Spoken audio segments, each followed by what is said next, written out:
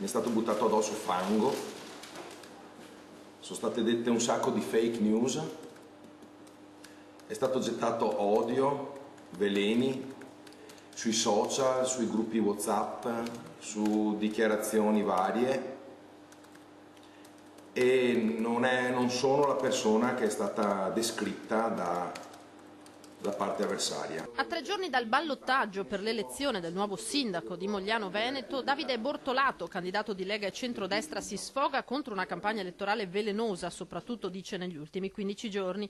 Finisce a denunce con l'attuale prima cittadina e candidata a sindaco del centro-sinistra, Carola Arena, che sarebbe arrivata a mentire pur di denigrarlo. A partire dalla festa che abbiamo fatto di fine campagna, che è stato detto che non era regolare quando invece ho presentato regolare scia, per poi parlare della festa del 2 giugno, della festa della Repubblica, dove è stato detto che il mio pulmino elettorale è passato per la piazza, quando invece la piazza era interclusa al traffico. Come ciliegina sulla torta ha pubblicato sulla pagina Facebook con una chiara violazione della norma un atto, una mia richiesta di pubblicità fonica per dimostrare chissà cosa, pubblicando addirittura in rete tutti i miei dati personali. E per quest'ultimo episodio Bortolato ha presentato denuncia, ipotizzando l'abuso d'ufficio e la violazione della privacy.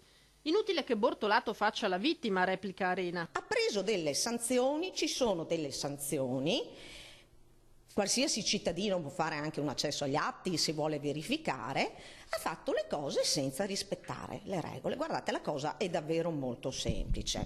Bene, punto. È stato proprio per spostare il piano del dibattito da questioni vuote come queste, per riportarlo invece sui contenuti, sul futuro della città, dice Arena che lei ha più volte invitato il suo sfidante a dei confronti pubblici, ma lui ne ha disertati 4. Se ai confronti non è venuto, e quindi sorge qualche dubbio, no? Sulla capacità anche di sostenere un dibattito, di avere delle idee, di confrontarsi con i cittadini. Poi si passa a leggere il suo programma, un programma davvero vuoto,